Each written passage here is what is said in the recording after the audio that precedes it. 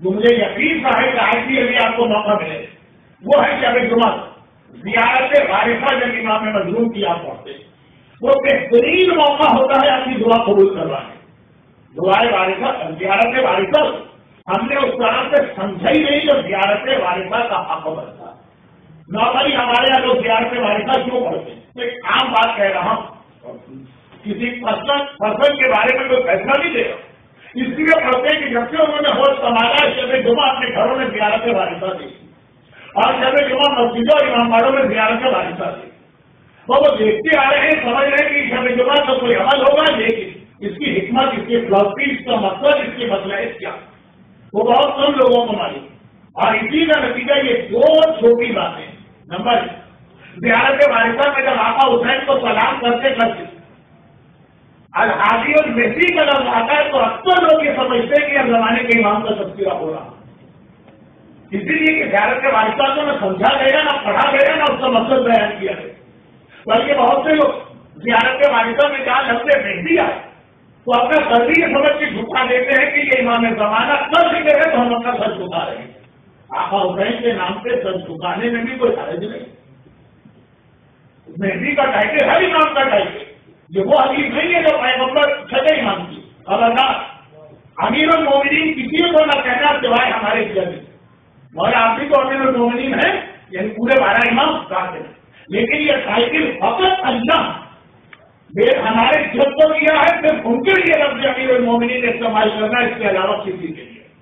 تو اب یہ لقب ہر امام کا بن سکتا ہے, لیکن مخصوص کر دیا گیا مولا کے.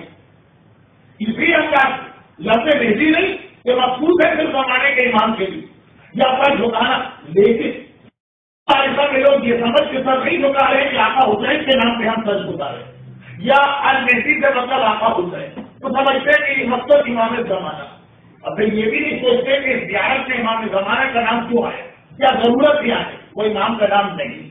مگر میں اس وقت زیارت وارثہ کی تفصیل میں نہیں جا رہا, میں صرف یہ بتا رہا ہوں کہ اتنا اہم عمل اور کیسا اسے اگنور کیا گیا کہ کسی کو ترجمہ پڑھنے کا موقع ہے, نہ اس کی مسئلہ سمجھنے کا موقع ہے, نہ زیارت وارثہ کے میسیجز کے اندر جانے کا موقع.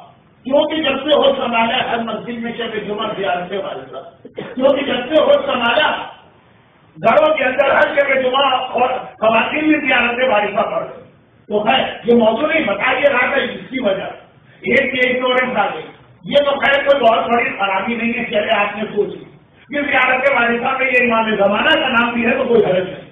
لیکن ویسے معلومات کے لیے یہ ہے کہ اس وقت آقا حسین کے لیے لفظ مہدی استعمال ہوا. مگر دوسری بات یہ زیارت وارثہ جو اس کی مسئلہ ہے پر حکمت آئی ہے اس کے اعتبار یہ بہترین موقع ہے قبولیت دعا.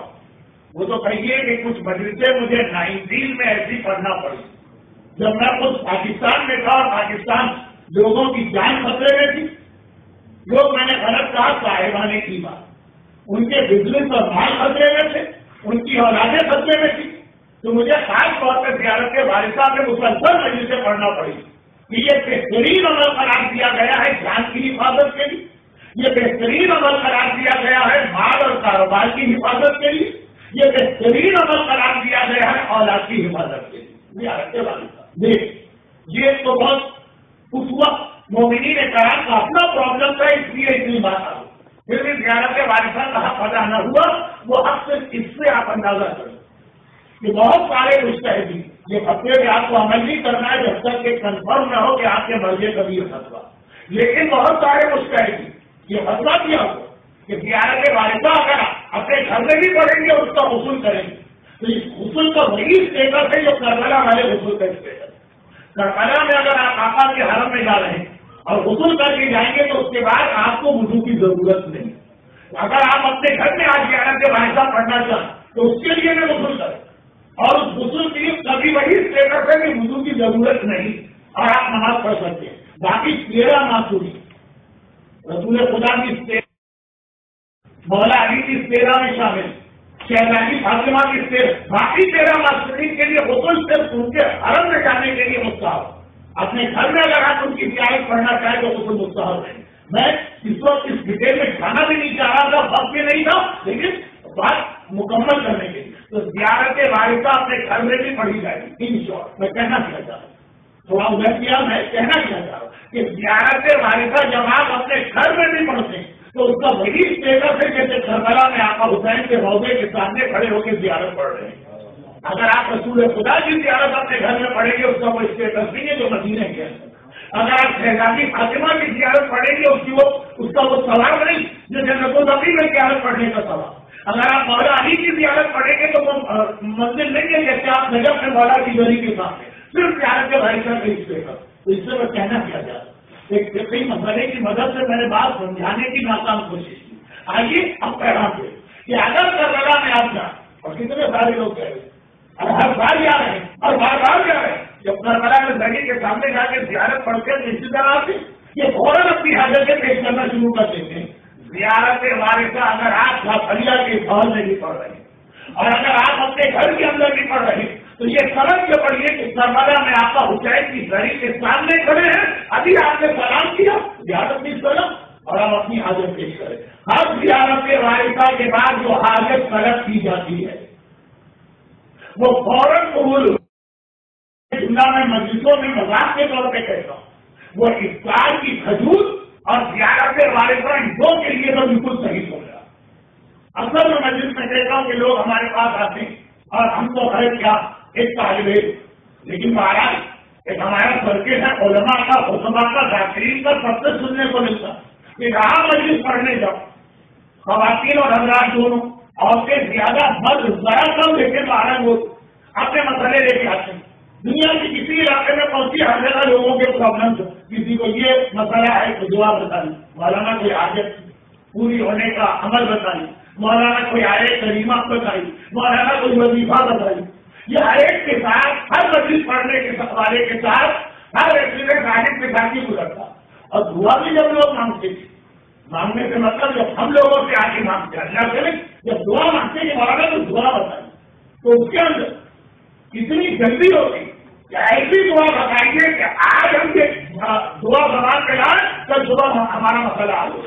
بالکل جادو منتر کی طرح کی دعا جس پر میں اکثر ایک جملہ کہتا ہوں کہ لوگ دعا اس طرح مانگتے ہیں جیسے اتنے جلدی اثر ہو کہ اتنے جلدی اثر تو خالی پستول کی گولی کرتی ہے وہ بھی اگر صحیح نشانے پہ لگائے ہزار نشانہ بعد میں ادھر ادھر مار دیا تو مرے گا نہیں سامنے والا تکلیف بھی بڑھ جائے گی. تو اس طرح سے دعا نہیں ہوتی کہ آپ نے پوٹیشیم سائنائڈ کا زہر کھایا اور ایک سیکنڈ کے اندر مر یا کوئی سیدھی آپ کے دل اور دماغ میں لگی اور آپ مر دعا نہیں ہوتی.